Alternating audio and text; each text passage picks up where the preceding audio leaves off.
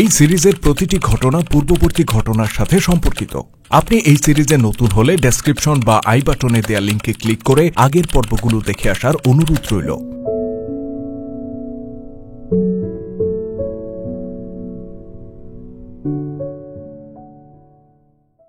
Medina থেকে বহু দূর দামেস্কে হযরত খালিদ রাদিয়াল্লাহু তাআলা আনহু প্রথম খলিফা হযরত আবু বকর রাদিয়াল্লাহু তাআলা আনহুর ইন্তেকালে যে রাতে কেঁদে কেঁদে বুক ভাসাচ্ছিলেন, তার প্রায় ১.৫ থেকে ২ মাস আগে মদিনার আকাশে শোক ও মাতমের মেঘ ছেয়ে গিয়েছিল।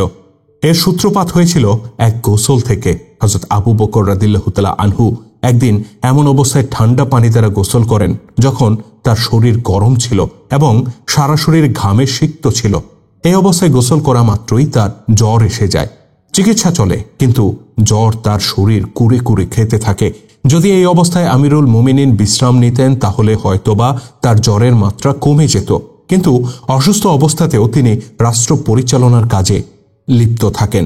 এক বর্ণনায় এটাও বলা হয়েছে যে হযরত আবু বকর রাদিয়াল্লাহু তাআলা আনহুর তাপমাত্রা অনেক বেড়ে গেলেও তিনি চিকিৎসা করান না।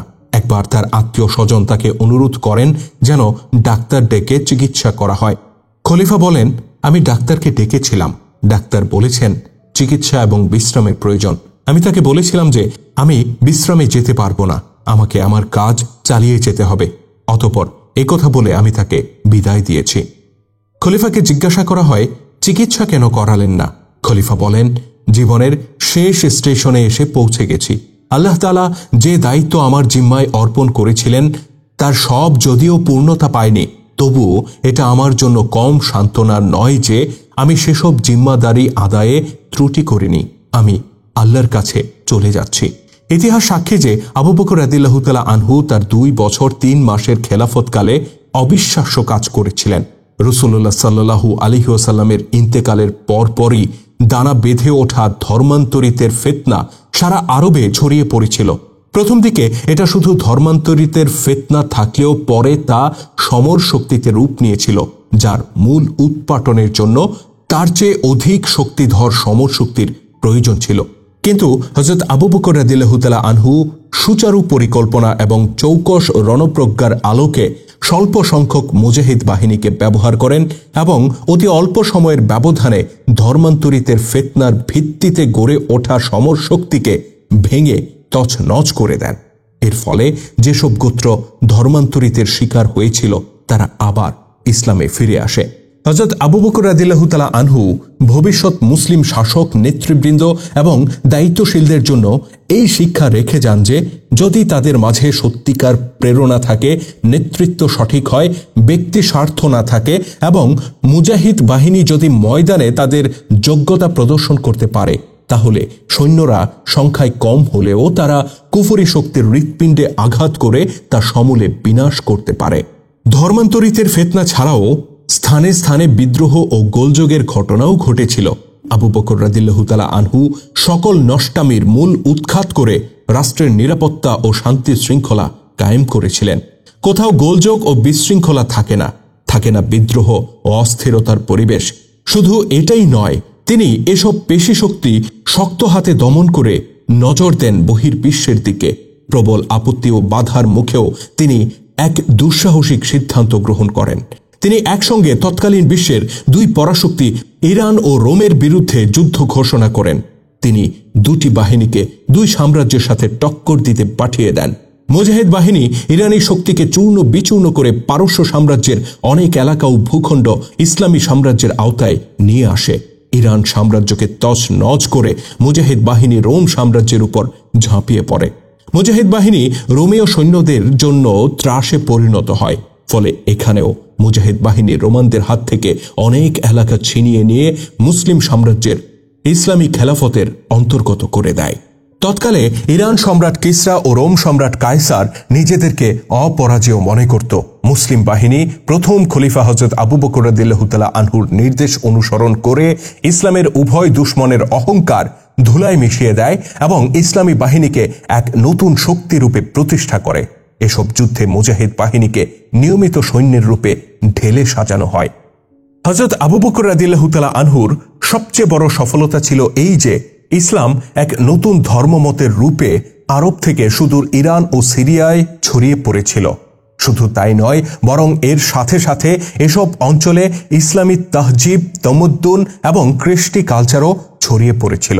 এমনকি বলাই যথার্থ যে বিশ্বে একটি নতুন দর্শনের জন্ম হয়, যাকে মানুষ ইসলাম নাম দেয় এবং সে অনুযায়ী নিজেদেরকে গড়ে তোলে। ইতিপূর্বে মানুষ পারস্য ও রোমের দর্শনকেই একমাত্র তাহজিব তামদ্দুন বলে মনে করত এবং সেই তাহজিব ফলো করত। তাদের দর্শনের বাইরে আর কোনো দর্শন হতে পারে, তাদের কৃষ্টি কালচারের বাইরে নতুন কোনো কালচার থাকতে পারে, এটা মানুষের কাছে অকল্পনীয় ছিল। কিন্তু ইসলাম নতুন দর্শন ও কালচার পেশ করে আর মানুষের ধারণাকে মিথ্যা ও ভ্রান্ত প্রমাণিত করে। শুধু তাই নয়, সকল ধর্মমত, কৃষ্টি কালচার দর্শনের মোকাবেলায় ইসলামী দর্শন সর্বসেরা প্রমাণিত হয়। আর এই ক্ষেত্রে ইসলামের প্রথম খলিফা হযরত আবু বকরের ভূমিকা ছিল অনস্বীকার্য। প্রথম খলিফা ক্লান্ত হয়ে পড়েছিলেন। তিনি এ ব্যাপারে পূর্ণ নিশ্চিত ছিলেন যে তিনি শীঘ্রই আল্লাহর দরবারে চলে যাচ্ছেন। তৎযুগের নথিপত্র ও ঐতিহাসিকদের বিশ্লেষণ দ্বারা জানা যায় যে মৃত্যুকালে শুধু একটি বিষয় তাকে পেরেশান করে তুলেছিল, আর তা ছিল তার উত্তরসূরি নির্বাচন করা। তিনি তার বন্ধু মহলের সঙ্গে বিষয়টি নিয়ে আলোচনা করেছিলেন। তার কাছের সাহাবীদেরকে ডেকে তিনি বলেন, মৃত্যু আমার নবীজিকে এই সুযোগ দেয়নি যে তিনি নিজে কাউকে খলিফা নিযুক্ত করে যাবেন। এর ফলে এটা ঘটেছিল যে সাকিফায়ে বনু মায়েদায় মুহাজির ও আনসারদের মাঝে মতান্তরের ভিত্তিতে ফিতনা ফাসাদের সূচনা হয়েছিল।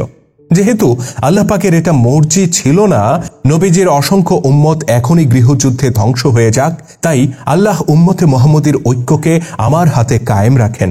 আল্লাহর কসম, আমি নবীজির উম্মাহকে এই ফিতনায় লিপ্ত রেখে মরতে চাই না যে তারা আমার পরে কে খলিফা হবে এই প্রশ্নে বিতর্কে জড়িয়ে পড়ুক, ফলশ্রুতিতে উম্মার মধ্যে ফাটল ও অস্থিরতা দেখা দিক। আমি নিজেই পরবর্তী খলিফা নিযুক্ত করে জনগণকে আল্লাহর হাতে সুপর্দ করব। মুসলিম জাতির জন্য এটা বড় কল্যাণকামিতা ছিল যে আবু বকর রাদিয়াল্লাহু তাআলা আনহু পরবর্তী খলিফার ব্যাপারে আগেই চিন্তা ভাবনা করেছিলেন।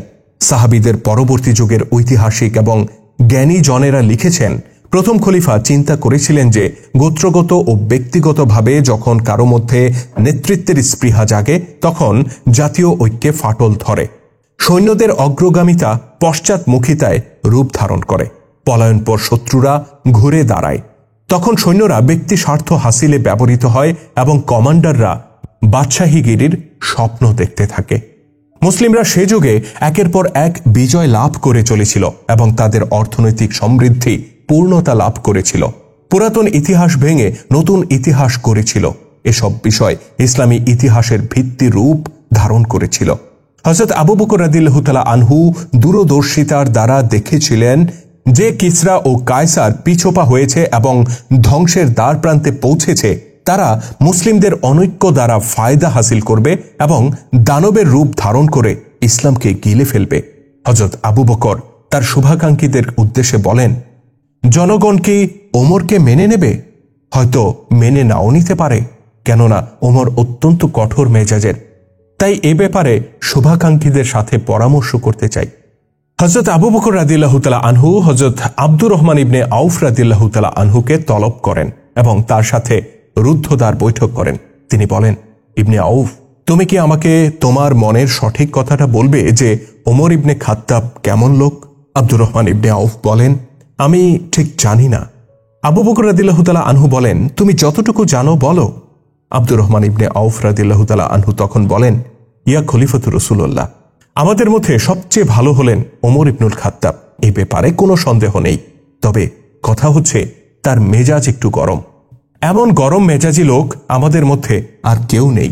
আবু বকর রাদিয়াল্লাহু তাআলা আনহু বলেন, আমারও তাই মনে হয়। ওমরের কঠোরতা তোমাদের এই কারণে বেশি অনুভূত হয় যে আমার মেজাজটা অনেক নরম। এমন কি হবে না যে আমি তার কাঁধে খেলাফতের দায়িত্ব তুলে দিলে তার কঠোরতা কমে যাবে? আমার ধারণা এমনটি হবে। তুমি কি খেয়াল করনি আমি কারো ব্যাপারে কঠোরতা করলে ওমর তার সাথে নম্র আচরণ করে? একইভাবে যদি ভুলবশত আমি কারো সাথে নরম আচরণ করি, ওমর তখন তার উপর কঠোরতা প্রদর্শন করে। এর দ্বারা প্রমাণিত হয় যে সে বোঝে কখন কঠোর হতে হবে আর কখন নরম হতে হবে। হযরত আব্দুর রহমান বলেন, হ্যাঁ, আপনি ঠিকই বলেছেন, ঘটনা এমনই হয়। আবু বকর বলেন, সতর্ক থাকবে ইবনে আউফ, আমার ও তোমার মাঝে যেসব কথাবার্তা হলো তা যেন আর কেউ না জানে।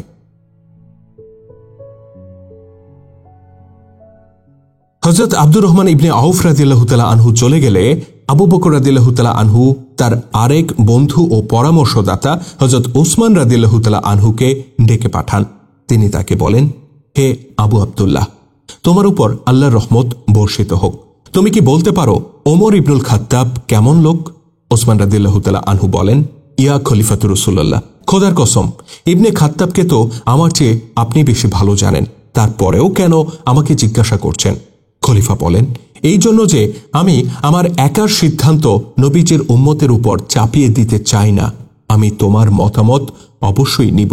ওসমান রাদিয়াল্লাহু তাআলা আনহু তখন বলেন, ইয়া খলিফাতুর রাসূলুল্লাহ, ওমরের ভেতরটা বাহির থেকে অনেক ভালো এবং যে জ্ঞান ও বিচক্ষণতা তার মাঝে আছে তা আমাদের আর কারো মাঝে নেই। আবু বকর রাদিয়াল্লাহু তাআলা আনহু বলেন, আমাকে আরেকটি প্রশ্নের উত্তর দাও। যদি আমি আমার পরে খেলাফতের দায়িত্ব ওমরের কাঁধে সুপর্দ করি, তবুও কি তুমি মনে করো যে সে তোমাদের উপর কঠোর আচরণ করবে? ওসমান রাদিয়াল্লাহু তাআলা আনহু বলেন, ইবনে খাত্তাব যা কিছুই করুক না কেন, আমরা তার আনুগত্যে কোনো শৈথিল্য দেখাব না। আবু বকর রাদিয়াল্লাহু তাআলা আনহু বলেন, আবু আব্দুল্লাহ, আল্লাহ তোমার উপর রহম করুন। আমি তোমাকে যা বললাম এবং তুমি আমাকে যা বললে তা তৃতীয় আর কাউকে জানাবে না। একথা বলে তিনি ওসমান রাদিয়াল্লাহু তাআলা আনহুকে বিদায় দেন। হযরত আবু বকর রাদিয়াল্লাহু তাআলা আনহু এভাবে আরও কয়েকজন সাহাবীর কাছ থেকে ওমর রাদিয়াল্লাহু তাআলা আনহুর ব্যাপারে পরামর্শ ও অভিমত চান। তাদের মধ্যে মুহাজির সাহাবীরাও ছিলেন, আনসার সাহাবীরাও ছিলেন। আবু বকর প্রত্যেকে অনুরোধ করেছিলেন যেন বিষয়টি তারা গোপন রাখে, কিন্তু বিষয়টি এত গুরুত্বপূর্ণ ছিল যে তারা এ ব্যাপারে বিভিন্ন জনের সাথে আলাপ করে ফেলেন। বিষয়টি ছিল পরবর্তী খলিফা নির্বাচন সম্পর্কিত, আর সাহাবীদের জন্য এটা একটা কৌতূহলের বিষয় ছিল যে আবু বকর রাদিয়াল্লাহু তাআলা আনহু পরবর্তী খলিফা হিসেবে ওমর রাদিয়াল্লাহু তাআলা আনহুকে প্রাধান্য দিচ্ছেন। ওমর রাদিয়াল্লাহু তাআলা আনহু ছিলেন কঠোর স্বভাবের ব্যক্তি। তার সিদ্ধান্ত অত্যন্ত কঠোর হতো এবং প্রতিটি সিদ্ধান্ত তিনি কঠোরভাবেই বাস্তবায়ন করতেন। বিষয়টি জানাজানি হবার পর সাহাবীরা একটি প্রতিনিধি দল গঠন করেন। তাদের উদ্দেশ্য ছিল তারা যে কোনোভাবে আবু বকর রাদিয়াল্লাহু তাআলা আনহুকে এ বিষয়ে সম্মত করবেন যেন তিনি ওমর রাদিয়াল্লাহু তাআলা আনহুকে খলিফা হিসেবে নির্বাচিত না করেন। যখন এই প্রতিনিধি দলটি আবু বকর রাদিয়াল্লাহু তাআলা আনহুর কাছে যান, তখন তিনি শয্যাশায়ী ছিলেন। জ্বর তাকে এত দুর্বল করে ফেলেছিল যে উঠে বসার শক্তিও তার মধ্যে ছিল না। প্রতিনিধি দলের একজন তাকে বলেন, হে খলিফাতুর রাসূলুল্লাহ, খোদার কসম, ওমর খলিফা হতে পারেন না। আপনি যদি তাকে খলিফা বানান তাহলে আল্লাহর দরবারে আপনাকে কৈফিয়ত দিতে হবে।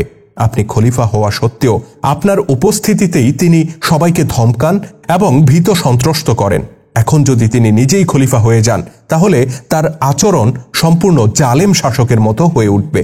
তাদের একথা শুনে আবু বকর রাদিয়াল্লাহু তাআলা আনহু রেগে যান। তিনি উঠে বসার চেষ্টা করেন কিন্তু বসতে পারেন না। ক্রোধ কম্পিত কণ্ঠে তিনি বলেন, আমাকে বসাও। তাকে উঠিয়ে ঠেস দিয়ে বসানো হয়। অতঃপর আবু বকর রাদিয়াল্লাহু তাআলা আনহু ক্ষুব্ধ কণ্ঠে কাপা আওয়াজে বলেন, তোমরা আমাকে আল্লাহর জবাবদিহিতা আর তার ক্রোধের ভয় দেখাতে এসেছ?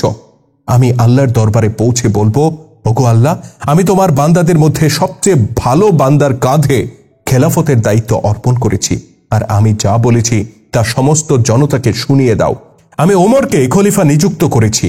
যারা হযরত আবু বকর রাদিয়াল্লাহু তাআলা আনহুর ফয়সালা পরিবর্তনের জন্য গিয়েছিলেন তারা আবু বকর রাদিয়াল্লাহু তাআলা আনহুর কথায় চুপ হয়ে যান এবং এটা ভেবে অনুতপ্ত হন যে আমরা খলিফাতুর রাসূলুল্লাহকে অসুস্থ অবস্থায় অযথা কষ্ট দিয়েছি। তারা আবু বকর রাদিয়াল্লাহু তাআলা আনহুর কাছ থেকে বিদায় নিয়ে চলে যান। এই ঘটনার আগের দিন হযরত আবু বকর রাদিয়াল্লাহু তাআলা আনহু ওসমান ইবনে আফফান রাদিয়াল্লাহু তাআলা আনহুকে ডেকে পাঠান। হযরত ওসমান ছিলেন খলিফা আবু বকরের লিপিকার। খলিফা বলেন, আবু আব্দুল্লাহ, আমি যা বলি তা লিখুন। অতঃপর আবু বকর বলেন, বিসমিল্লাহির রহমানির রহিম। এটি একটি ওসিয়তনামা যা আবু বকর ইবনে আবু কুহাফা এখন লেখাচ্ছেন। যখন মানুষ দুনিয়া থেকে বিদায় নেয় তখন সে সত্য ছাড়া কোনো মিথ্যা বলতে পারে না। আমিও মুমূর্ষু অবস্থায় বলছি, আমি আমার ইন্তেকালের পরে ওমরকে খলিফা নিযুক্ত করছি। তার আনুগত্য করা তোমাদের সকলের উপর ফরজ। আমি তোমাদের কল্যাণকামিতায় বিন্দু মাত্র ত্রুটি করিনি। ওমর যদি তোমাদের উপর কঠোরতা করে এবং ন্যায় ইনসাফ না করে, তাহলে সে প্রত্যেক ব্যক্তির মতো আল্লাহর কাছে জবাবদিহিতার সম্মুখীন হবে। আমার আশা, নিশ্চয়ই সে ন্যায় ইনসাফের আঁচল ছাড়বে না। আমি যে সিদ্ধান্ত নিয়েছি তাতে তোমাদের জন্য কল্যাণ আর উন্নতি ছাড়া আর কিছুই ভাবিনি। ওসিয়তটি লিখতে লিখতে হযরত আবু বকর রাদিয়াল্লাহু তাআলা আনহু বেহুশ হয়ে যান। তিনি এ পর্যন্ত লিখেন যে, আমি আমার ইন্তেকালের পর ওমর ইবনুল খাত্তাবকে একথা বলেই তিনি বেহুশ হয়ে যান। অতঃপর ওসমান রাদিয়াল্লাহু তাআলা আনহু নিজেই কথাটির বাকি অংশ পরিপূর্ণ করেন। তিনি নিজে থেকেই লিখেন, তোমাদের খলিফা হিসেবে নিযুক্ত করছি।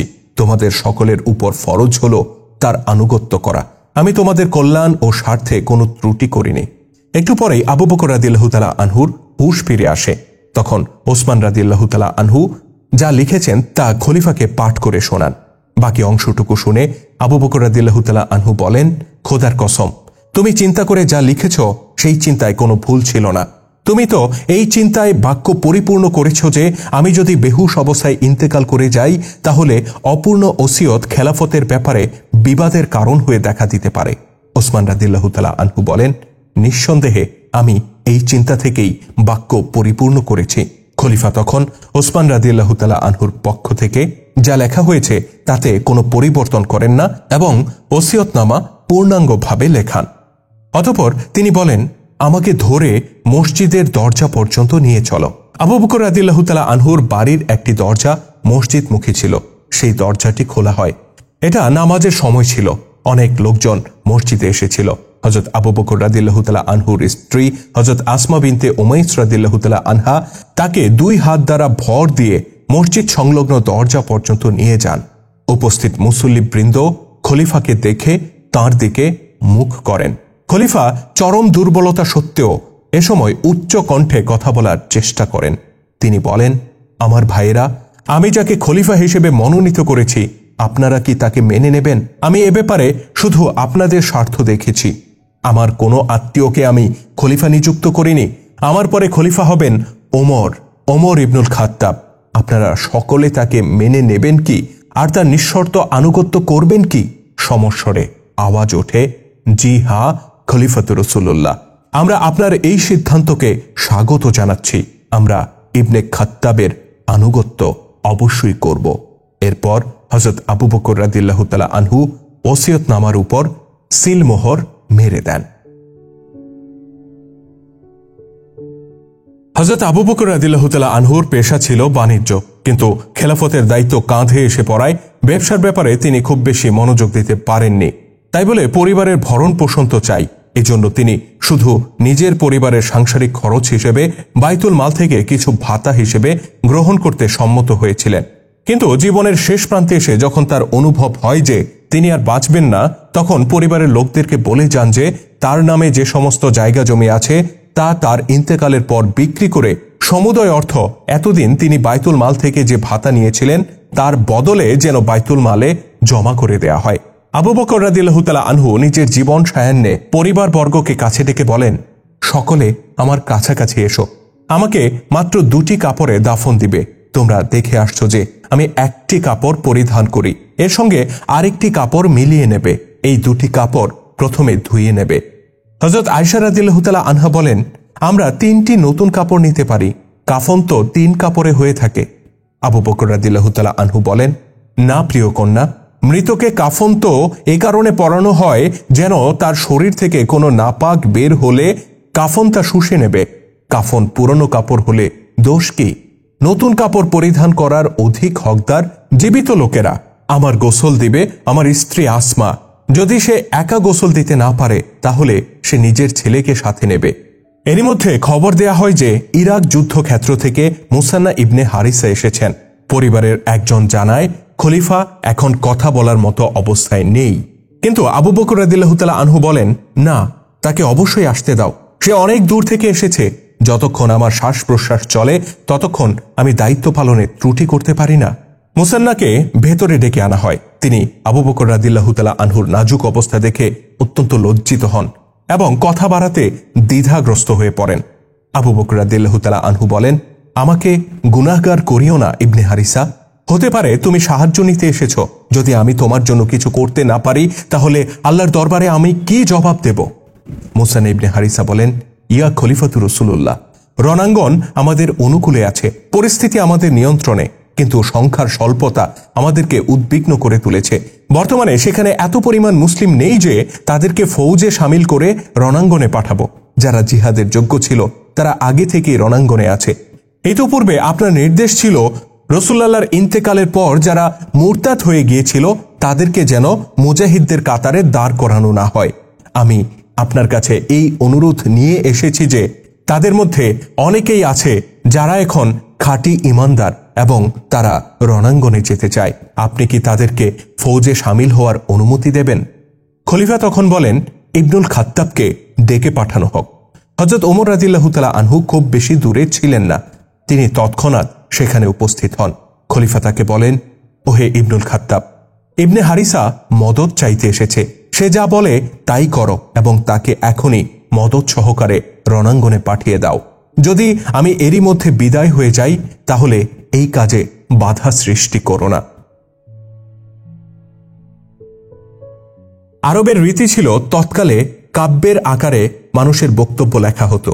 হযরত আবু বকর রাদিয়াল্লাহু তাআলা আনহুর অন্তিম সময়ের কিছু কথা ইতিহাসে সংরক্ষিত আছে।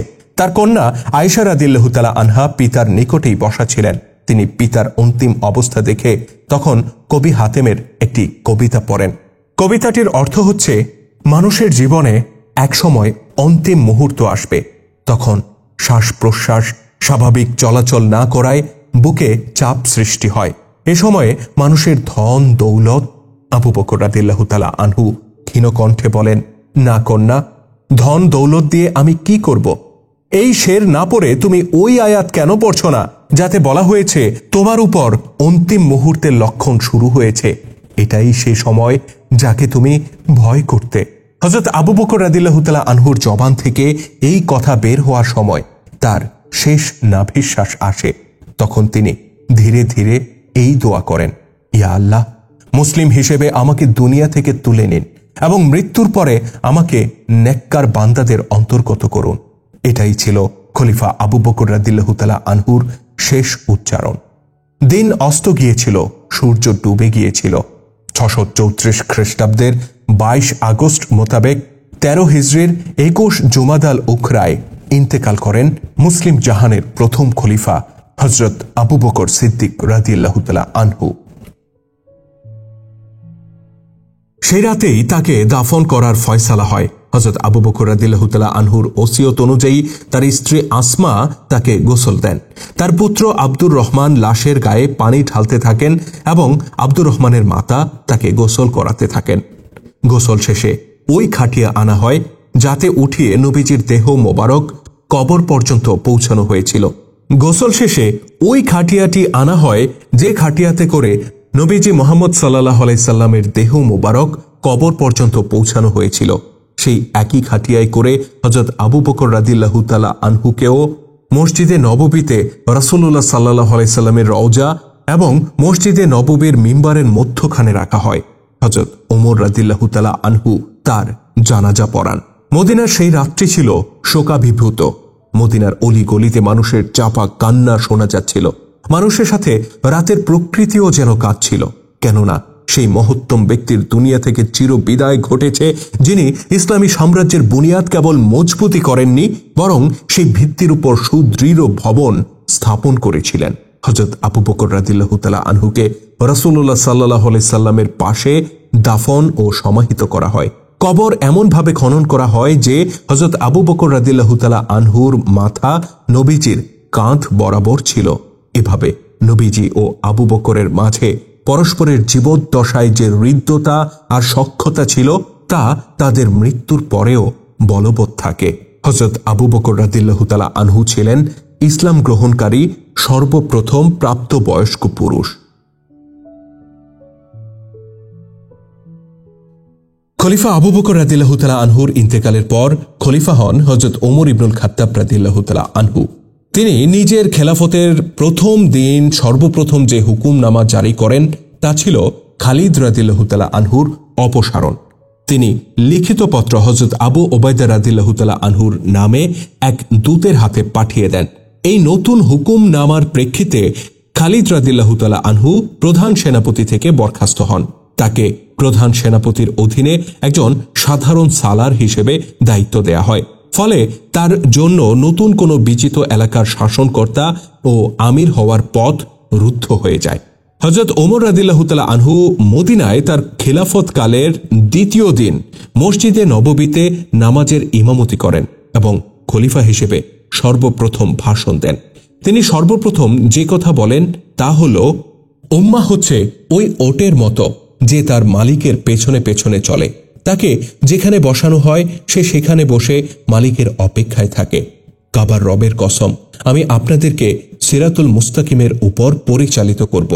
তিনি উক্ত ভাষণে আরও কিছু কথা বলে পরিশেষে বলেন, আমি খালিদ ইবনে ওয়ালিদকে তার পদ থেকে অপসারণ করেছি এবং তার জায়গায় আবু ওবায়দাকে সমস্ত সৈনিকের সর্বাধিনায়ক এবং সিরিয়ার বিজিত সমস্ত এলাকার আমির হিসেবে নিযুক্ত করেছি।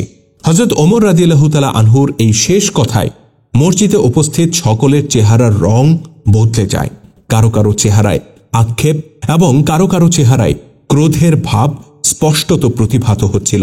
জনতা একে অপরের দিকে তাকাতাকি করতে থাকে। খালিদ রাদিয়াল্লাহু তাআলা আনহু এ যাবৎকালে যা করে দেখিয়েছিলেন তা কোনো সামান্য বা সাধারণ বিষয় ছিল না। আবু বকর রাদিয়াল্লাহু তাআলা আনহু তার প্রত্যেকটি বিজয় ও কৃতিত্ব মসজিদে এসে বর্ণনা করে শোনাতেন। এভাবে খালিদের বিজয় সারা আরবে ছড়িয়ে পড়ত। খালিদের বেশিরভাগ বিজয়ই ছিল অলৌকিক কিসিমের, যে কারণে খালিদ রাদিয়াল্লাহু তাআলা আনহু সকলের দৃষ্টিতে সম্মানের পাত্রে পরিণত হয়েছিলেন। কিন্তু ওমর রাদিয়াল্লাহু তাআলা আনহু খলিফা হিসেবে দায়িত্ব পাওয়ার সাথে সাথে তাকে বরখাস্ত করলেন। অবস্থা দৃষ্টে মনে হচ্ছিল প্রত্যেক শ্রোতা হযরত ওমর রাদিয়াল্লাহু তাআলা আনহুর কাছে যেন জানতে চাচ্ছিল যে খালিদের অপরাধটা কি, যার কারণে তাকে এত কঠোর শাস্তি দেওয়া হলো। কিন্তু লোকের অবস্থা এমন ছিল যে তারা এ ব্যাপারে কারণ জিজ্ঞাসা ছাড়াই ওমর রাদিয়াল্লাহু তাআলা আনহুর ফয়সালার বিরোধিতা করতে চাচ্ছিলেন। কিন্তু কারো মধ্যে এই দুঃসাহস ছিল না যে তিনি এ ব্যাপারে ওমর রাদিয়াল্লাহু তাআলা আনহুর মুখোমুখি হবেন, কারণ সবারই জানা ছিল ওমর রাদিয়াল্লাহু তাআলা আনহু আবু বকরের মতো নরম মেজাজের নন। তিনি বরং বেশ কঠোর স্বভাবের মানুষ। তারপরও খালিদ রাদিয়াল্লাহু তাআলা আনহু বনু মাকজুমের একজন যুবক খলিফার এই সিদ্ধান্তের প্রতিবাদ জানায়। ইতিহাসে তার নাম উল্লেখ করা হয়নি, শুধু এতটুকু জানা যায় যে সেই যুবকের তখনও দাড়ি গোঁফ পুরোপুরি ওঠেনি। যুবকটি খুবই উচ্চ আওয়াজে বলে, হে আমিরুল মুমিনিন, আপনার জন্য কি ওই সালারকে বরখাস্ত করা সাজে যিনি ইসলামের নাঙা তলোয়ার? রাসূলুল্লাহ সাল্লাল্লাহু আলাইহি সাল্লাম কি ইবনে ওয়ালিদকে সাইফুল্লাহ বলেননি? আপনি সেই তরবারিকে জোর করে খাপে ভরতে চাচ্ছেন যাকে আল্লাহ তাআলা ইসলামের উন্নতি অগ্রগতির জন্য কোষমুক্ত করেছেন। কেন আপনি তাকে অপসারণ করতে চান? হযরত ওমরের মতো কঠোর মানুষের কাছে কেউ এইভাবে কৈফিয়ত চাইতে পারে কি? ওমর রাদিয়াল্লাহু তাআলা আনহুকে তো সকলে আগে থেকেই ভয় করত, আর এখন তো তিনি খলিফা। ওই যুবক যেভাবে তিক্ত কণ্ঠে কৈফিয়ত চায় তা ওমর রাদিয়াল্লাহু তাআলা আনহুর জন্য সহনীয় ছিল না। ফলে মসজিদে শুনশান নীরবতা নেমে আসে। সকলের দৃষ্টি ওমর রাদিয়াল্লাহু তাআলা আনহুর প্রতি নিবদ্ধ ছিল, কিন্তু ওমর রাদিয়াল্লাহু তাআলা আনহুর চেহারায় রাগ কিংবা ক্রোধের বিন্দুমাত্র চিহ্নও প্রতিফলিত হয়নি। বরং তিনি শান্ত কণ্ঠে বলেন, বনু মাকজুমের এই ছেলেটি আমার প্রতি ক্ষুব্ধ হয়েছে। আমি তাকে চিনি, সে ইবনে ওয়ালিদের চাচাতো ভাই। এতটুকু বলেই খলিফা ওমর রাদিয়াল্লাহু তাআলা আনহু মসজিদ থেকে বেরিয়ে যান। হযরত ওমর রাদিয়াল্লাহু তাআলা আনহু যদি খলিফা না হতেন তাহলে তার প্রতিক্রিয়া ভিন্ন হতো। কিন্তু তিনি জানতেন ইসলাম জাতির প্রত্যেক সদস্য, সে যে মাপেরই হোক না কেন, সে খলিফা এবং তার যে কোনো আমিরের কাছে জবাবদিহিতা চাইতে পারে।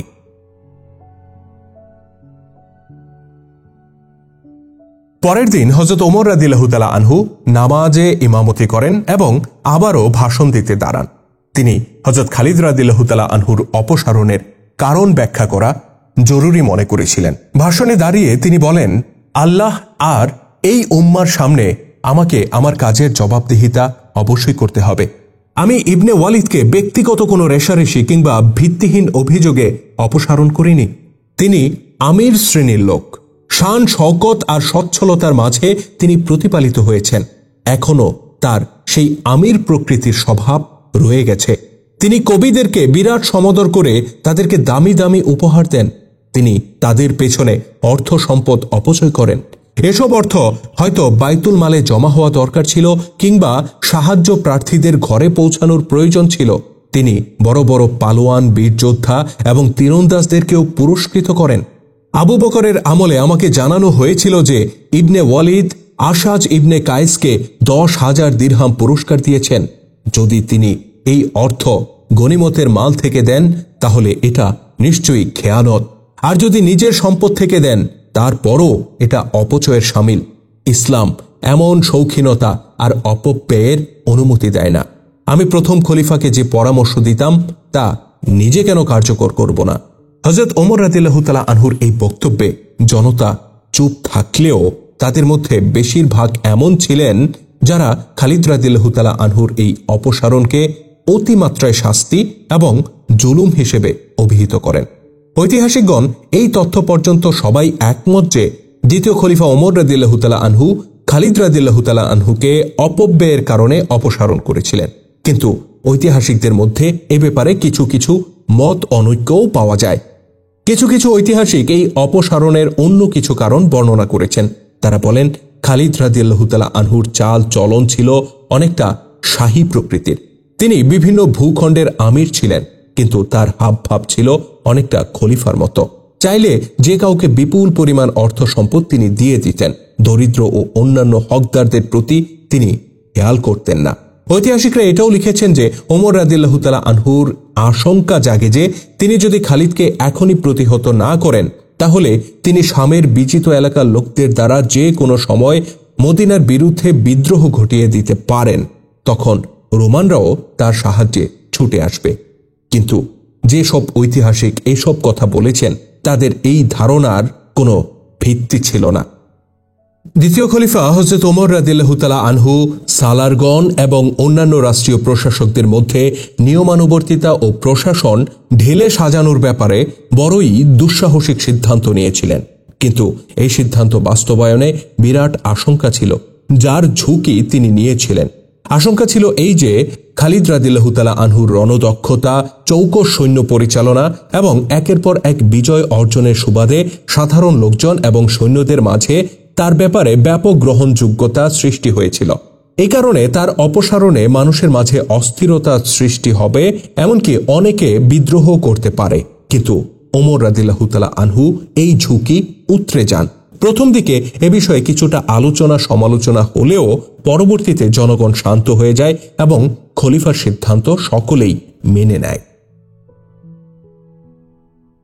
হযরত আবু ওবায়দা রাদিয়াল্লাহু তাআলা আনহু এবং হযরত খালিদ রাদিয়াল্লাহু তাআলা আনহু যে রণাঙ্গনে ছিলেন সেখানকার সকল সৈন্যকে একত্রিত করে আবু ওবায়দা জানান যে হযরত আবু বকর ইন্তেকাল করেছেন এবং তার জায়গায় বর্তমানে খলিফা হিসেবে দায়িত্ব পালন করছেন ওমর রাদিয়াল্লাহু তাআলা আনহু। সৈনিকদেরকে দ্বিতীয় এই সংবাদটি শোনানো হয় যে খালিদ রাদিয়াল্লাহু তাআলা আনহুকে সেনাপ্রধানের দায়িত্ব থেকে অব্যাহতি দেওয়া হয়েছে এবং এখন থেকে সেনাপ্রধান হিসেবে দায়িত্ব পালন করবেন আবু ওবায়দা রাদিয়াল্লাহু তাআলা আনহু। আবু বকর রাদিয়াল্লাহু তাআলা আনহুর ইন্তেকালের সংবাদে সমস্ত সৈন্য সমস্বরে বলে, ইন্না লিল্লাহি ওয়া ইন্না ইলাইহি রাজিউন। অতঃপর সৈন্যদের মাঝে মৃদু কথাবার্তা শুরু হয়, কিন্তু খালিদ রাদিয়াল্লাহু তাআলা আনহুর বরখাস্তের খবরে সকলের মধ্যে পিন পতন নীরবতা নেমে আসে। অবস্থার দৃষ্টে মনে হচ্ছিল আবু বকর রাদিয়াল্লাহু তাআলা আনহুর মৃত্যুর বিষয়টি যেন তাদের মাথা থেকে মুছেই গিয়েছিল। ঐতিহাসিকরা লিখেন, সৈন্যদের তাঁবু থেকে তিক্ত ও খেদপূর্ণ বিভিন্ন উক্তি শোনা যেতে থাকে। অনেকে বলতে থাকেন, নতুন খলিফা খালিদ ইবনে ওয়ালিদের ব্যাপক গ্রহণযোগ্যতায় ভীত হয়ে পড়েছেন। কেউ বলতে থাকে, ইবনে খাত্তাব রাশভারী লোক, তিনি ইবনে ওয়ালিদকে দমিয়ে রাখতে চান। কেউ কেউ বলে, কেন তাকে বরখাস্ত করা হলো? ইবনে ওয়ালিদ তো কোনো রণাঙ্গন থেকে পিছপা হননি, কোন যুদ্ধে তিনি পরাজিত হয়েছেন? এভাবে নতুন খলিফার এই সিদ্ধান্তের ব্যাপারে প্রতিবাদ উঠতে থাকে। কিন্তু বুদ্ধিমান লোকেরা চুপচাপ ছিলেন। তারা জানতে চাচ্ছিলেন যে এ ব্যাপারে খালিদ রাদিয়াল্লাহু তাআলা আনহুর প্রতিক্রিয়া কি হয়। এটা ছিল একটা ঐতিহাসিক গুরুত্বপূর্ণ প্রশ্ন। ঐতিহাসিকগণ এবং সমর বিশেষজ্ঞগণ লিখেছেন যে রণ অভিজ্ঞতা ও কৌশল খালিদ রাদিয়াল্লাহু তাআলা আনহুর মধ্যে ছিল তা অন্য কোনো সালারের মধ্যে ছিল না। হযরত আবু ওবায়দা রাদিয়াল্লাহু তাআলা আনহু ছিলেন অত্যন্ত পরহেজগার ও দুনিয়া বিমুখ মানুষ। তাকে আমিনুল উম্মত বলা হতো। তিনি অত্যন্ত বীর সিপাহী ছিলেন, এ ব্যাপারেও সন্দেহ নেই। কিন্তু তার মাঝে খালিদ রাদিয়াল্লাহু তাআলা আনহুর মতো নেতৃত্ব গুণ ছিল না। এক সপ্তাহ পরেই নতুন যুদ্ধ এসে পড়ে। হযরত আবু ওবায়দা রাদিয়াল্লাহু তাআলা আনহু সৈন্যদের কমান্ড হাতে নিয়েছেন মাত্র এক সপ্তাহ হলো। ইতিমধ্যে তাকে জানানো হয় যে এক অপরিচিত লোক তার সাথে দেখা করতে চায়। লোকটি নিজেকে আরব হিসেবে পরিচয় দিলেও মূলত সে ছিল একজন খ্রিস্টান। আবু ওবায়দা রাদিয়াল্লাহু তাআলা আনহু তাকে ভেতরে আসার অনুমতি দেন। আগন্তুক একাকী কথা বলতে চাচ্ছিল আবু ওবায়দার সাথে। আবু ওবায়দা সবাইকে বাইরে যেতে বলেন। আগন্তুক আরব খ্রিস্টান বলে, মুসলিমদের সর্বাধিনায়ক কি একজন খ্রিস্টান আরবের উপর আস্থা রাখবেন? আপনারা গনিমতের মাল চাইলে এক জায়গার কথা আমি বলতে পারি, সেখানে আক্রমণ করলে আপনারা প্রচুর মালে গনিমত লাভ করবেন। আবু ওবায়দা রাদিয়াল্লাহু তাআলা আনহু জিজ্ঞাসা করেন, প্রথমে বলো, তুমি আমাদের প্রতি এত দয়া করতে কেন এসেছ? রোমানরা তো তোমারই স্বধর্মের লোক, তাহলে তুমি তাদের ক্ষতি কেন চাও? আরব লোকটি জবাবে বলে, মাতৃভূমির মহব্বতের খাতিরে। রোমান ও আমাদের ধর্ম যদিও এক, কিন্তু আরব খ্রিস্টানদেরকে এই রোমানরা বাঘের সামনে ছেড়ে দিয়েছিল এবং এই রোমানরাই হযরত ঈসা ইবনে মরিয়মকে শুলে চড়িয়েছিল। আমি তাদের সম্রাটদেরকে দেখে এসেছি এই পর্যন্ত, তারা জনগণকে মানুষই মনে করে না। আমি বিচিত এলাকায় আপনাদের শাসনও দেখেছি, আপনারা প্রজাদেরকে মর্যাদা দান করেন। আমি রোমানদের কত জুলুম আর নির্যাতনের শিকার হয়েছি। আমার অন্তরে শুধু নিজের নয়, বরং সমস্ত মানব জাতির জন্য ব্যথা। আমি মুসলিম নই, কিন্তু আমি তো এটা গর্বের সাথে বলতে পারি যে আমি একজন আরব, আর আরবের লোকেরা নিঃসন্দেহে রোমানদের চেয়ে ভালো। আগন্তুক ঈসাই আরব হযরত আবু ওবায়দাকে প্রভাবিত করে ফেলে। আবু ওবায়দা জিজ্ঞাসা করেন, তুমি আমাকে কোন জায়গায় হামলা করতে পরামর্শ দিচ্ছ? ঈসাই আরব জবাবে বলে, আবুল কুদস। আবুল কুদসের দূরত্ব বর্ণনা করে সে আবু ওবায়দাকে বলে, 2-3 দিন পরে সেখানে একটা মেলা বসবে। সেখানে দূর দূরান্তের বণিকরা বিক্রির জন্য মালামাল নিয়ে আসবে। মূল্যবান পণ্য সামগ্রীর দোকান বসবে। ধনী শ্রেণীর ক্রেতারা আসবে। যদি আপনি গনিমতের মাল চান, তাহলে ছোটখাটো একটা বাহিনী পাঠিয়ে ওই মেলার সমস্ত মালামাল হস্তগত করতে পারেন। আবু ওবায়দা রাদিয়াল্লাহু তাআলা আনহু জিজ্ঞাসা করেন, সেই মেলা হেফাজতের জন্য রোমান ফৌজের কোনো বহর সেখানে কি থাকবে না? এসেই আরব জবাবে বলে, না, থাকবে না। আমি ভালো করেই জানি যে রোম উপসাগরের তীরবর্তী শহর তরাবিসে রোমানদের সৈন্য আছে। সেখান থেকে সৈন্য এত দ্রুত সেখানে পৌঁছাতে পারবে না। আপনার জন্য ময়দান পরিষ্কার। একথা বলেই লোকটি চলে যাবার জন্য উঠে দাঁড়ায়। দাঁড়াতে দাঁড়াতে সে বলে, আমার বেশিক্ষণ এখানে অবস্থান করা ঠিক হবে না। অতঃপর লোকটি চলে যায়। হযরত আবু ওবায়দা রাদিয়াল্লাহু তাআলা আনহু এই মেলাটিকে মোটা এবং সহজ একটা শিকার মনে করেন। তিনি তার পরামর্শদাতা সালারদেরকে ডেকে পাঠান। তাদের মধ্যে খালিদ রাদিয়াল্লাহু তাআলা আনহুও ছিলেন। হযরত আবু ওবায়দা তাদেরকে বিস্তারিত জানান যে একজন খ্রিস্টান আরব তাকে কি বলে গেছে। তিনি বলেন, এই মালে গনিমত আমরা চাইলেই লুফে নিতে পারি। আবুল কুদস শত্রুদের এলাকা এবং তারা এমন শত্রু যাদের সাথে আমাদের যুদ্ধ চলমান আছে। যুদ্ধ চলাকালীন অবস্থায় মেলা হামলা করা আমাদের জন্য নিশ্চয়ই অবৈধ নয়। এতে রোমানদের উপর আমাদের একটা ত্রাস সৃষ্টি হবে। অতঃপর আবু ওবায়দা রাদিয়াল্লাহু তাআলা আনহু বলেন, সেখানে হামলা করতে কোনো গেরিলা দল কি যেতে ইচ্ছুক? এই প্রশ্ন করে তিনি পালাক্রমে সবার দিকে তাকান। অবশেষে তার দৃষ্টি খালিদ রাদিয়াল্লাহু তাআলা আনহুর প্রতি নিবদ্ধ হয়। খালিদের প্রতি দৃষ্টি নিবদ্ধ হওয়ার উদ্দেশ্য ছিল, আবু ওবায়দা আশা করেছিলেন যে এই গেরিলা হামলার জন্য খালিদ নিজেই নিজেকে পেশ করবেন। কিন্তু খালিদ রাদিয়াল্লাহু তাআলা আনহু এমনভাবে চুপ করে বসে থাকেন যেন এই কাজের সাথে তার কোনো সম্পর্ক নেই। স্বাভাবিক এটাই যে খালিদ রাদিয়াল্লাহু তাআলা আনহুর এই নীরবতা এবং অনাগ্রহ আবু ওবায়দার জন্য নৈরাশ্যজনক ব্যাপার ছিল। আবু ওবায়দা মনে করেন খালিদ রাদিয়াল্লাহু তাআলা আনহুর এই নিষ্ক্রিয়তা ছিল তাকে বরখাস্ত করার প্রতিক্রিয়া, যে কারণে তিনি খালিদকে সরাসরি এ ব্যাপারে কোনো নির্দেশ দেন না। মসজিদে একজন নওজোয়ান ছিল। তার বয়স ছিল এরকম যে তার মুখে সবেমাত্র কিছু দাড়ি গোঁফ উঠতে শুরু করেছিল। নওজোয়ানটি দাঁড়িয়ে বলে, আমি যাব, আমি এই গেরিলা হামলায় নেতৃত্ব দিতে প্রস্তুত। আবু ওবায়দা রাদিয়াল্লাহু তাআলা আনহু বলেন, তুমি কি এখনো কম বয়সী নও ইবনে জাফর? নওজোয়ান জবাবে বলে, ইয়া আমিনুল উম্মাহ, আমি মদিনা থেকে এসেছি কেন? আমি কিছু একটা করে দেখাতে চাই। আপনি কি ভুলে গেছেন যে আমার জিম্মায় আমার শহীদ পিতার ঋণ রয়েছে? আমিনুল উম্মাহ, আমি অবশ্যই কম বয়সী, কিন্তু আনারি কিংবা অনভিজ্ঞ নই, আর আমি কাপুরুষও নই। যুদ্ধ খেলা কিছু শিখে তবেই আমি এখানে এসেছি। আমার মহান সেনাপতি কি আমার মনোবল ভেঙে দেবেন? আবু ওবায়দা রাদিয়াল্লাহু তাআলা আনহু বলেন, খোদার কসম ইবনে জাফর, তোমার মনোবল ও আশা ভঙ্গ হবে না। 500 অশ্বারোহীর একটি বহর নিয়ে নাও আর তাদেরকে নিয়ে রওনা হয়ে যাও। হযরত আবু ওবায়দা রাদিয়াল্লাহু তাআলা আনহু এই কম বয়সী ছেলেকে 500 অশ্বারোহীর সালার সম্ভবত এই কারণে বানিয়েছিলেন যে এই গেরিলা আক্রমণকে তিনি খুবই সহজ মনে করেছিলেন। তার বদ্ধমূল ধারণা ছিল এই মেলায় কোনো সৈন্য থাকবে না যারা এই গেরিলা দলের মোকাবেলায় এগিয়ে আসবে। এই নওযুবকের বিস্তারিত পরিচয় হচ্ছে যে তার নাম ছিল আব্দুল্লাহ।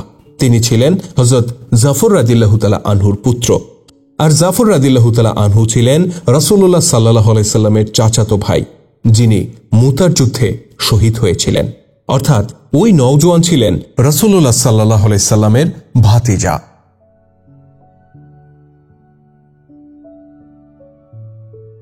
সেই রাতে চাঁদ ছিল পূর্ণ আলোকিত। শাবান মাসের 15 তারিখ ছিল এটি। ঈশাই সন হিসেবে ছিল 634 খ্রিস্টাব্দের 14 অক্টোবরের রাত। নওজোয়ান আব্দুল্লাহ 500 অশ্বারোহী নিয়ে চাঁদনি রাতে রওনা হয়ে যায়। এই দলে একজন বিখ্যাত এবং প্রবীণ সাহাবী ছিলেন। তার নাম হযরত আবু যর গিফারি রাদিয়াল্লাহু তাআলা আনহু। এই বাহিনীকে তখন পাঠানো হয় যখন মেলা শুরু হয়ে গিয়েছিল। আব্দুল্লাহ এর বাহিনী প্রত্যুষে যখন আবুল কুদসে গিয়ে পৌঁছালো তখন সেখানে মেলা চলছিল। এলাকার প্রাকৃতিক অবস্থা ছিল খুবই মনোরম। মেলা বসার কারণে পুরো গ্রামটি ছিল তাঁবু, শামিয়ানা এবং ত্রিপল মোড়ানো। প্রতিটি দোকানে মূল্যবান পণ্য সামগ্রী ভরপুর ছিল। রাত যতই বিদায় নিতে থাকে মেলার জৌলুস ততই বৃদ্ধি পেতে থাকে। আব্দুল্লাহ ছিলেন নওজোয়ান। তিনি নিজেকে আনারি মনে না করলেও বাস্তবে ময়দানে এসে তিনি আনারির মতোই পরিচয় দেন। তার উচিত ছিল সবার আগে দু একজন গোয়েন্দা পাঠিয়ে খবর নেয়া যে রোমান সৈন্যদের কোনো দল আশেপাশে আছে কিনা এবং মেলায় যারা এসেছে তারা ছদ্মবেশী রোমান সৈন্য কিনা। এসব কিছুর খবর না নিয়েই তিনি মেলায় আক্রমণ করার নির্দেশ দেন। 500 মুসলিম অশ্বারোহী মেলার চারিদিকে গিয়ে মেলাকে ঘিরে নিতে চেষ্টা করে। এদিকে হঠাৎ করে কোত্থেকে যেন 5000 রোমান সৈন্যের উদয় হয় এবং তারা মেলা ও মুসলিম অশ্বারোহীদেরকে ঘেরাওয়ের মধ্যে নিতে থাকে। 500 মুজাহিদের মোকাবেলা হয় 5000 রোমান সৈন্যের সাথে এবং পরিস্থিতি এমন হয়ে দাঁড়ায় যে মুসলিম অশ্বারোহীরা রোমানদের ঘেরাওয়ের মধ্যে চলে আসছিল। তাদের জন্য ধ্বংস অনিবার্য হয়ে পড়ে। এই 5000 রোমান সেনা মেলার হেফাজতের জন্য আশেপাশে কোথাও ঘাপটি মেরে অবস্থান করছিল। তাদের আশঙ্কা ছিল মুসলিমরা এখানে আসতে পারে। এমনটি হলে মুসলিমদের হামলা ও লুটপাট রুখে দিতে তারা মেলা থেকে খানিকটা দূরে অবস্থান করছিল। মুসলিম অশ্বারোহীরা রোমান বাহিনীর ঘেরাও থেকে বের হতে ঘোড়া ছোটাচ্ছিল, কিন্তু কোথায় 500 অশ্বারোহী আর কোথায় 5000 সৈন্য। মুসলিমরা যেদিক দিয়ে বের হতে যায় সেদিকেই তাদেরকে রুখে দেয়া হয়। মেলায় একটা হুলস্থুল পড়ে যায়। জনতা চিৎকার করছিল, দোকানদাররা তাদের মালামাল গুটিয়ে নিচ্ছিল, আর যাদের কাছে টাকা পয়সা ছিল তারা পালাচ্ছিল। এতে করে কিছু লোক ঘোড়ার পদতলে পড়ে থেতলে যায়। ইতিপূর্বে মুসলিমরা প্রত্যেকটা রণাঙ্গনেই স্বল্প সংখ্যা নিয়ে লড়াই করে আসছিল। নিজেদের থেকে কয়েক গুণ বেশি সৈন্যের বিরুদ্ধে লড়াই করা এবং সেই অসম লড়াইয়ে বিজয় অর্জন করার অভিজ্ঞতাও মুসলিমদের ভুরি ভুরি ছিল। সেই হিসেবে এবারও তারা সংখ্যায় 500 হয়েও 5000 রোমান সৈন্যের ঘেরাও ছিন্ন ভিন্ন করে বেরিয়ে আসার আপ্রাণ চেষ্টা করে, কিন্তু সফলতার কোনো লক্ষণ দেখা যায় না। কারো নির্দেশনা ছাড়াই তারা নিজেদেরকে বৃত্তের মতো বিন্যাস করে ফেলেছিল এবং এভাবে রোমানদেরকে তারা মোকাবেলা করে যাচ্ছিল। এদিকে আব্দুল্লাহ ইবনে জাফর লড়াই করতে ঠিকই জানত, কিন্তু এই ভয়াবহ অবস্থায় নিজের বাহিনীকে সে নেতৃত্ব দিতে সক্ষম ছিল না। সে সিপাহীর মতো বীরত্বের সাথে লড়াই করছিল। অন্যদিকে হযরত আবু যর গিফারী রাদিয়াল্লাহু তাআলা আনহুও জীবন বাজি রেখে লড়াই করে যাচ্ছিলেন। সৈন্যদের সকলেই সামনে অগ্রসর হয়ে হয়ে আক্রমণ করছিল এবং রোমানদের হামলা প্রতিহত করছিল। তাদের বৃত্তের আকারে বিন্যাস এভাবে ছিল যে সকলের মুখ ছিল বাইরের দিকে, অর্থাৎ তাদের পশ্চাৎভাগ বলে কিছুই ছিল না। রোমানরা মুসলিমদের এই অস্বাভাবিক বিন্যাস দেখে তাদের গতি মন্থর করে দেয় এবং সম্মুখপানে অগ্রসর হতে সতর্ক হয়। কিন্তু তাদের সংখ্যা ছিল 10 গুণ বেশি, আর তারা প্রত্যেকে ছিল লড়াকু। তারা সতর্ক হওয়ায় পার্থক্য শুধু এতটুকুই হয় যে মুসলিমদের ধ্বংসযজ্ঞ কিছুক্ষণের জন্য মুলতবি হয়ে যায়। এর কোনোই সম্ভাবনা ছিল না যে 500 অশ্বারোহী 5000 সৈন্যের তলোয়ারের মুখ থেকে জিন্দা বের হতে পারবে। এই 500 সেনা তাদের সেনাপতির একটি ভুলের মাসুল গুনছিল। হযরত আবু ওবায়দা রাদিয়াল্লাহু তাআলা আনহু ছিলেন আমিনুল উম্মত। জুহদ ও তাকওয়ার ময়দানে তিনি ছিলেন অদ্বিতীয়। সাহাবায়ে কেরামের মধ্যে তার মর্যাদা ছিল অতি উচ্চ, কিন্তু শাসন কার্য পরিচালনার জন্য, সৈন্যদের নেতৃত্ব দানের জন্য এবং সমর বিষয়ে চৌকস সিদ্ধান্ত গ্রহণের ব্যাপারে শুধু ওই গুণগুলো থাকাই যথেষ্ট ছিল না, বরং অনেক সময় এসব গুণই উল্টো নিজের ফৌজকে ডুবিয়ে দিতে পারে। যুদ্ধক্ষেত্রে শুধুমাত্র একজন আরব খ্রিস্টানের উপর বিশ্বাস রাখা এবং তার প্রেক্ষিতে শুধুমাত্র গনিমতের মালের জন্য এত কম বয়সী একজন লোকের নেতৃত্বে 500 সৈন্যকে রণাঙ্গনে পাঠিয়ে দেওয়াটা ছিল হযরত আবু ওবায়দার সরলতা ও অদূরদর্শিতার প্রতিফলন। হযরত আবু ওবায়দা রাদিয়াল্লাহু তাআলা আনহু তার সালারদেরকে নিয়ে বসেছিলেন। দামেস্ক বিজয় হয়ে গেছে, আগামী যুদ্ধের পরিকল্পনা প্রস্তুত করা হচ্ছে। ওদিকে সেনারা বিশ্রাম নিচ্ছিলেন। হঠাৎ করেই একজন অশ্বারোহী তার ঘোড়া দাপিয়ে সোজা আবু ওবায়দার তাঁবুর সামনে এসে দাঁড়ায়। অশ্বারোহী ঘোড়া থামিয়েই ঘোড়ার পিঠ থেকে এক লাফে নিচে নেমে আসে এবং এক প্রকার দৌড়ে আবু ওবায়দার তাঁবুর মধ্যে ঢুকে পড়ে। সৈনিকটি রীতিমতো হাঁপাচ্ছিল, তার চেহারায় ধুলা বালুর আস্তর পড়ে গিয়েছিল। সবার দৃষ্টি অশ্বারোহীর দিকে ঘুরে যায়। লোকটি আবু ওবায়দাকে বলে, মহামান্য সালার, হয়তো তারা এরই মধ্যে শেষ হয়ে গেছে, তারা ঘেরাওয়ের কবলে পড়েছে। আবু ওবায়দা জিজ্ঞাসা করেন, কারা কারা ঘেরাওয়ের কবলে পড়েছে আর কারা তাদেরকে ঘেরাও করেছে? অশ্বারোহী বলে, আবুল কুদসে পাঠানো 500 সৈন্যের কথা বলছি। এখনই তাদের সাহায্য দরকার, তা না হলে একজনও জীবিত থাকবে না। আগত মুজাহিদ দ্রুত বিস্তারিত ঘটনা শোনায় যে আবুল কুদস মেলায় কি হয়েছে এবং বর্তমানে কি অবস্থা বিরাজ করছে। সব শুনে হযরত আবু ওবায়দা রাদিয়াল্লাহু তাআলা আনহুর চেহারা বিবর্ণ হয়ে যায়। তিনি খালিদ রাদিয়াল্লাহু তাআলা আনহুর দিকে তাকান।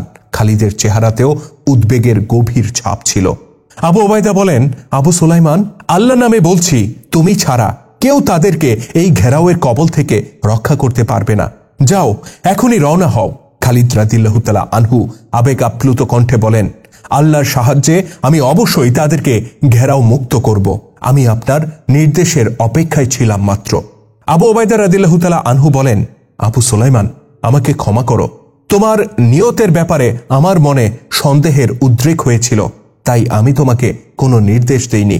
আমার ধারণা ছিল তোমাকে অপসারণ করায় তুমি মনক্ষুণ্ণ হয়েছ, যা তোমার মধ্যে বিরূপ প্রতিক্রিয়া সৃষ্টি করেছে। খালিদ রাদিয়াল্লাহু তাআলা আনহু বলেন, খোদার কসম, যদি আমার উপরে একটা বাচ্চাকেও সেনাপতি নির্ধারণ করা হয় তাহলে আমি তারই আনুগত্য করব। আপনাকে তো আল্লাহ নবী আমিনুল উম্মত বলেছেন। আমি কিভাবে এই দুঃসাহসিকতা দেখাতে পারি যে আপনার নির্দেশ আমি অমান্য করব? আমি তো আপনার পায়ের ধুলার সমকক্ষ নিজেকে মনে করি না। সবাইকে আমি জানিয়ে দিতে চাই যে আবু সুলাইমান ইবনে ওয়ালিদ নিজের জীবনকে ইসলামের জন্য ওয়াকফ করে দিয়েছে। আবু ওবায়দা রাদিয়াল্লাহু তাআলা আনহু বলেন, তোমার উপর আল্লাহর রহমত বর্ষিত হোক। যাও আবু সুলাইমান, তোমার ভাইদের জীবন রক্ষা করো। ইতিহাসে বিস্তারিত তথ্য মেলে না যে খালিদ রাদিয়াল্লাহু তাআলা আনহু নিজের সাথে কয়শো বা কয় হাজার সৈন্য নিয়ে গিয়েছিলেন। অন্যান্য তথ্য বিভিন্ন ইতিহাসে কম বেশি বর্ণিত হয়েছে। খালিদ রাদিয়াল্লাহু তাআলা আনহু এই অভিযানে হযরত জাররারকে সাথে নিয়েছিলেন। তাদের পেছনে মুসলিম বাহিনী ঘোড়া ছুটিয়ে চলছিল। খালিদ রাদিয়াল্লাহু তাআলা আনহু এবং জাররার আটকে পড়া মুজাহিদদের উদ্ধার করতে চলে গেলে আবু ওবায়দা রাদিয়াল্লাহু তাআলা আনহুর অবস্থা বদলে যায়। তিনি দোয়ার জন্য আল্লাহ পাকের দরবারে হাত তুলে কাঁদতে থাকেন। তিনি বলেন, ইয়া আল্লাহ, খলিফাতু মুসলিমিন ওমর আমাকে চিঠি লিখেছিলেন যে মালে গনিমতের লোভে যেন মুজাহিদদেরকে এমন পরিস্থিতিতে না ফেলি যেখানে তাদের প্রাণহানি ঘটতে পারে। তিনি আরও লিখেছিলেন, সিদ্ধান্ত নেয়ার আগে যেন দেখে শুনে নেই। হে আল্লাহ, আমাকে ক্ষমা করে দিন। আমার থেকে এটা কেমন সিদ্ধান্ত হলো? আমি এক ঈসাই আরবের কথা বিশ্বাস করেছি। আমি এক অল্প বয়সী বালকের হাতে 500 অশ্বারোহীর কমান্ড তুলে দিয়েছি এবং তাকে এতটুকু পর্যন্ত বলে দেইনি গন্তব্যে পৌঁছার পূর্বে কোথাও সৈন্যদেরকে থামিয়ে গন্তব্যস্থল থেকে খোঁজ খবর নেবে। আবু ওবায়দার সহযোগী সালারগণ এ সময় তাকে সান্ত্বনা দিতে থাকেন, কিন্তু আবু ওবায়দা রাদিয়াল্লাহু তাআলা আনহু যে 500 মূল্যবান অশ্বারোহীকে নিজের ভুলের দরুন বিপদের মুখে ঠেলে দিয়েছেন তার জন্য তিনি কিছুতেই শান্ত ও সুস্থির হতে পারছিলেন না। হযরত খালিদ রাদিয়াল্লাহু তাআলা আনহু এবং জাররার ইবনে আজওয়ার নিজেদের সাথে থাকা সৈন্যদেরকে নিয়ে রীতিমতো উড়ে উড়ে বাইতুল কুদসে পৌঁছে যান।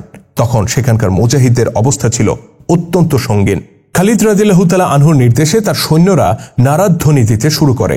এই নারাধ্বনি ছিল উদ্দেশ্যমূলক, যাতে করে ঘেরাওয়ে আটকে পড়া মুজাহিদ বাহিনীর মনোবল ভেঙে যায় এবং রোমানদের মধ্যে ত্রাস সৃষ্টি হয়। সাধারণ নারাধ্বনি শেষ হলে খালিদ রাদিয়াল্লাহু তাআলা আনহু নিজের নারাধ্বনি উচ্চারিত করেন। তিনি বলেন, আমি পারস্যদের যমদূত, আমি ওয়ালিদের পুত্র খালিদ। রোমানরা ইতিপূর্বেই বিভিন্ন রণাঙ্গনে এই নারাধ্বনি শুনেছিল। এর পাশাপাশি মুসলিম বাহিনী তাদেরকে যেভাবে টমেটোর মতো করে কাটতে থাকে এবং ধরাশায়ী করতে থাকে তা তারা সারা জীবনেও ভুলতে পারবে না। নতুন এই আক্রমণের মুখে পড়ে রোমান সৈন্যরা নিজেদের ঘেরাওয়ের মধ্যে আনা মুসলিমদের কথা একেবারেই ভুলে যায়। এদিকে খালিদ রাদিয়াল্লাহু তাআলা আনহু নিজের বাহিনী ছড়িয়ে দিয়ে প্রথম ধাপেই বিদ্যুৎ বেগে আক্রমণ করেন, যেন রোমানরা সামনাসামনি এসে বিন্যস্তভাবে আক্রমণ করার সুযোগ না পায়। এছাড়া খালিদ রাদিয়াল্লাহু তাআলা আনহুর নিজস্ব একটি দুর্বলতার অনুভূতি ছিল। তিনি নিজের বাহিনী সমেত দামেস্ক থেকে দুর্বার গতিতে ঘোড়া ছুটিয়ে আল কুদসে পৌঁছেছিলেন। দীর্ঘ পথ রুদ্ধশ্বাসে ছুটে তাদের প্রত্যেকের ঘোড়া ক্লান্ত হয়ে পড়েছিল, তাদের গা থেকে ঘাম টপকে পড়ছিল। তাই খালিদ রাদিয়াল্লাহু তাআলা আনহুর প্রাণান্ত চেষ্টা ছিল রোমানদেরকে দ্রুত তাড়িয়ে দেওয়া। তাদেরকে কোনোভাবেই সুশৃঙ্খলভাবে সজ্জিত হওয়ার সুযোগ তিনি দিতে চাচ্ছিলেন না। হযরত জাররার এই যুদ্ধেও নিজের রণনৈপুণ্য দেখান, যা রোমানদের মধ্যে এর আগেই প্রসিদ্ধি লাভ করেছিল। তিনি নিজের শিরস্ত্রাণ, বর্ম আর গায়ের জামা খুলে ফেলেন এবং রোমানদের উপর ঝাঁপিয়ে পড়েন। অবশ্য রোমানরা এত সহজে পিছপা হবার পাত্র ছিল না। তারা ইতিমধ্যেই ঘেরাওয়ের মধ্যে বন্দী মুসলিম বাহিনীর অনেককে শহীদ করেছিল এবং অনেককে মারাত্মক আহত করে ফেলেছিল। সৈন্যদের মধ্যে যারা অক্ষত ছিল, খালিদ রাদিয়াল্লাহু তাআলা আনহু এসে যাওয়ায় তাদের নতুনভাবে মনোবল বৃদ্ধি পায়। রোমানরা যখন খালিদ ও জাররার এর মোকাবেলায় তাদের দিকে ঘুরে যায়, তখন পেছন দিক থেকে এই অক্ষত মুজাহিদরা টর্নেডোর মতো তাদের উপর ছাপিয়ে পড়ে, যারা একটু আগেও রোমানদের শিকারের আওতায় ছিল। যুদ্ধ এবার জমে ওঠে। রক্তক্ষয়ী তীব্র লড়াই চলতে থাকে আর যুদ্ধের চিত্রও পাল্টে যায়। এবার রোমানরা উল্টো মুসলিমদের ঘেরাওয়ের আওতায় চলে আসে, যদিও তারা তখনও সংখ্যায় মুসলিমদের চেয়ে এগিয়ে ছিল। মুসলিমরা চতুর্দিক থেকে তাদেরকে এমনভাবে চেপে ধরে যে তাদের ঘোড়াও স্বাচ্ছন্দ্যে ঘুরে বেড়াতে পারছিল না। নিজেরাই নিজেদের মধ্যে জট পাকিয়ে ফেলে। এতে লাভ হয় মুসলিমদের। তারা মন ভরে মূলা গাজরের মতো তাদেরকে কাটতে থাকে। চোখের সামনে নিজেদের এই পরিণতি দেখে তারা ভরকে যায়। ফলে অল্প সময়ের ব্যবধানে রোমানদেরকে রণাঙ্গন ছেড়ে পালিয়ে যেতে দেখা যায়। পরিশেষে তারা অগণিত লাশ আর বহু সংখ্যক মারাত্মক আহত সৈন্যদেরকে ফেলে রেখে রণাঙ্গন ছেড়ে পালিয়ে যায়। ওই মুসলিম অশ্বারোহীদের প্রাণহানির সংখ্যাও কম ছিল না, যারা রোমানদের ঘেরাওয়ের মধ্যে পড়ে লড়াই করেছিল। খালিদ রাদিয়াল্লাহু তাআলা আনহু নির্দেশ দেন মেলার সমস্ত মালামাল জমা করতে। তিনি অনেক সৈন্যকে আহতদের এবং লাশ উঠিয়ে আনার কাজে লাগিয়ে দেন। খালিদ রাদিয়াল্লাহু তাআলা আনহুর নিজের অবস্থা এমন হয়েছিল যে তার শরীরে অনেকগুলো আঘাত লেগেছিল। তার পরিহিত পোশাকটাও রক্তে লাল হয়ে গিয়েছিল। নিজের এসব ক্ষতস্থানের প্রতি তার কোনো দৃষ্টি ছিল না, কেননা ক্ষত তার জন্য নতুন কোনো বিষয় ছিল না। তার শরীরে এই সময় পর্যন্ত এত আঘাত লেগেছিল যে অতিরিক্ত আর ক্ষত হওয়ার মতো কোনো জায়গা বাকি ছিল না। হযরত খালিদ রাদিয়াল্লাহু তাআলা আনহু দামেস্কে ফিরে আসেন। তিনি যে মালে গনিমত আনেন তা ছিল যেমনি পরিমাণে অনেক, তেমনি অত্যন্ত মূল্যবান। আহত ও নিহত রোমানদের অসংখ্য ঘোড়াও তাদের সঙ্গে ছিল, কিন্তু এই গনিমতের মালের জন্য বড়ই মূল্যবান প্রাণ খরচ করতে হয়েছিল। আবু উবাইদা রাদিয়াল্লাহু তাআলা আনহু এই মূল্যবান প্রাণহানির জন্য আফসোস করতে থাকেন। অবশ্য এটা দেখে তার মন প্রশান্ত হয় যে খালিদ রাদিয়াল্লাহু তাআলা আনহু তার এই সন্দেহ দূর করে দিয়েছেন যে অপসারণের কারণে তার মধ্যে পূর্বের মতো প্রেরণা, আকর্ষণ ও জোশ নেই। খালিদ রাদিয়াল্লাহু তাআলা আনহু নিজের শরীর আহত করে প্রমাণ করে দিয়েছিলেন অপসারণের কারণে তার মধ্যে বিন্দুমাত্র বিরূপ প্রতিক্রিয়া সৃষ্টি হয়নি। হযরত আবু উবাইদা রাদিয়াল্লাহু তাআলা আনহু গনিমতের মালের 5 ভাগের 1 ভাগ মদিনায় পাঠিয়ে দেন এবং এর সঙ্গে সঙ্গে ওমর রাদিয়াল্লাহু তাআলা আনহুকে বিস্তারিতভাবে লিখে জানান তিনি প্রথমে কি পদক্ষেপ নিয়েছিলেন আর তার পরিণতি কি হয়েছিল এবং এই যুদ্ধে খালিদ কিভাবে বিপদগ্রস্ত অশ্বারোহীদেরকে উদ্ধার করেছেন। ঐতিহাসিকরা লিখেন, উক্ত পত্রে আবু ওবাইদা রাদিয়াল্লাহু তাআলা আনহু হযরত খালিদ রাদিয়াল্লাহু তাআলা আনহুর ভূয়সী প্রশংসা করে অনেক কথাই লিখেছিলেন।